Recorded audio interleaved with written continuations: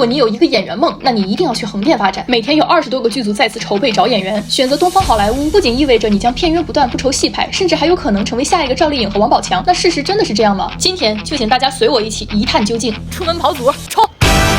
大家好，我是北漂4年的横漂女演员宇舒田。首先值得肯定的一点是，横店非常小，各个地方都可以步行前往，不需要坐公交、地铁、打车。对于预算不足的演员来说，横漂则比北漂更适合。横店是位于浙江省的南方城市，气温比北京要高，3月底就已经逼近30度。为了防止中暑，赶紧把衣服全部脱掉。走了不到10分钟，就到了今天投递资料的第一家剧组——繁星漫天影业。投递资料，简单施洗，稍作休息，马上前往下一家。冲！虽然说在今天有20多个剧组在横店筹备，但是我毕竟体力有限，只能选择尽量多跑，在天黑之前能跑几家是几家。第2家梦凡影视，横店现在筹拍的大部分都是短剧，短剧的主要角色基本已被线上定完，定的都是剧组之前合作过的熟悉的演员，或者是有爆款短剧作品的知名短剧演员。第3家公子你服不服筹备处，不知道大家有没有发现，今天我在自己视频里的表现非常的低调，那是因为我今天下午一出门就被一个大兄弟给凝视了。今天之所以自己跑组，那是因为哼酱回了北京，哈酱还没有过来，但是没有关系，虽然今天没有2个小伙伴跟我一起，但我有2台相机，他们就是我的电子哼哈二将。第4站金窝宾馆，线下跑组试戏还有一个不成文的约定，那就是如果你进去试戏的时候发现一起试戏的演员跟组内的副导演非常熟，那基本上可以断定你是来陪跑的。第5站盛豪酒店，但是我刚刚说的绝对不是什么影视圈的潜规则，而是短剧的拍摄周期很短，根本没有试错的机会，所以剧组更喜欢用熟知的合作过的演员，那是相当可以理解的。毕竟如果一旦遇到不靠谱的演员，那给剧组造成的损失可能是乘以100倍的。第6站入名影视，虽然说剧组用熟人这个现象可以理解，但是它确实会让演员陷入一个奇怪的悖论，你不用这个演员你就不会跟他熟，你不跟他熟那你就不会用这个演员。第7家一个非常圆的酒店，很遗憾跑空了，走了将近2万步，累坏了我的11路公交车，只能打一个非常硬核的蹦蹦车前往下一家。第8站在演员工会对面连在一起的2个影业，剧组的工作人员坐在室外办公，这是我见过最惬意的筹备方式，赶紧好好下词儿，马上试戏，这样才能赶在天黑之前回到家。今天我总共跑了8个地方，投出去8份资料，也得到了4个角色的试戏片段，满载而归，打道回府。